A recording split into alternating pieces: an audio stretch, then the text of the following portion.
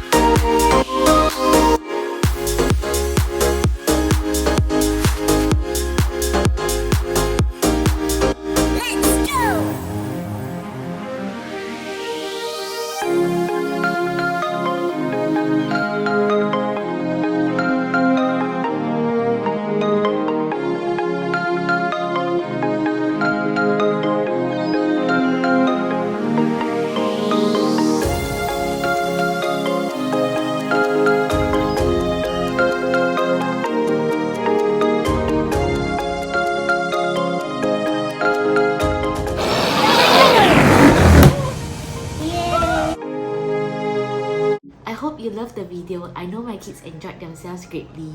There are two different types of Harbourland Indoor Playground, Mega Harbourland and Harbourland. Harbourland is what we think of when we think of an indoor playground where there are tunnels, ball pits and slides, while the Mega Harbourland have added features to it like rollerblading, rock climbing, laser, family rides, giant Lego blocks and on and on. Every location has their own specific combination of these activities. So if there is a special one that you want to bring your children to, please remember to check out the website for more details. For us, we chose to bring our kids to Sin Hon Midtown because that was the closest to our hotel, and also because many of the other locations seem more geared towards the older children. Harbourland caters for ages 6 months old to 13 years old. The ticket price for a child below 80 cm costs 130 baht, while those above cost 400 baht.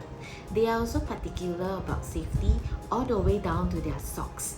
In-house socks can be purchased from them, and they only accept socks from 3 other indoor playgrounds. I didn't recognize the other 2 brands, but I recognized the Super Park brand, which is also in Singapore.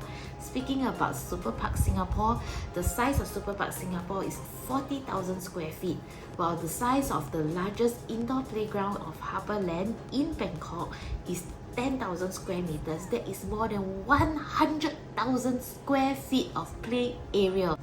You will be happy to hear that they also provide a kid drop-off service called Happy Care, where English-speaking caregivers can take care of your children and chase after them on your behalf for 2 whole hours while you enjoy a much-needed massage or shopping time. What I like about Harbourland is that they are really particular about hygiene and safety, especially in this COVID season. All guests, including children and young toddlers, must wear a mask at all times within the indoor playground. When we were there, there was a little girl around 1 to 2 years of age who was turned away because she could not wear a mask and her parents didn't want to force her to wear one. But for law-abiding Singaporeans, I'm sure this is not going to be an issue. In the next video, we are going to talk about true love. So stay tuned for that.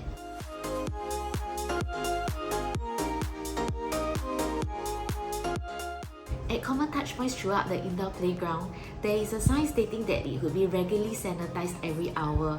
I didn't believe it at first, but I saw with my own eyes that really at every hour on the dot, an employee goes and sanitizes the area.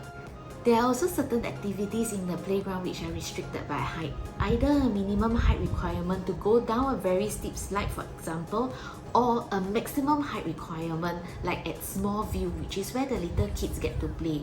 Only those below 120 cm are allowed in. Another point that I appreciated greatly was that in the entire setup and design of the playground itself, they catered for both children and adults. I didn't have to bend down and chase after my children because the space allowed for an adult to stand up and run, and that means that I can spend more time with them actively chasing them, which may or may not be a good thing to you.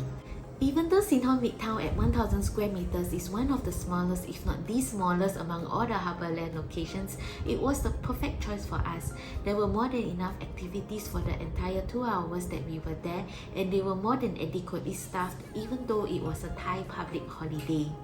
For children 0 to 3 years old, the kids area really offered a great variety of toys to choose from. For children 6 to 9, I think it depends on how gutsy they are. If they are daredevils, then Sinhon Midtown is probably too small for them, and it'd be better to bring them to a mega Harborland.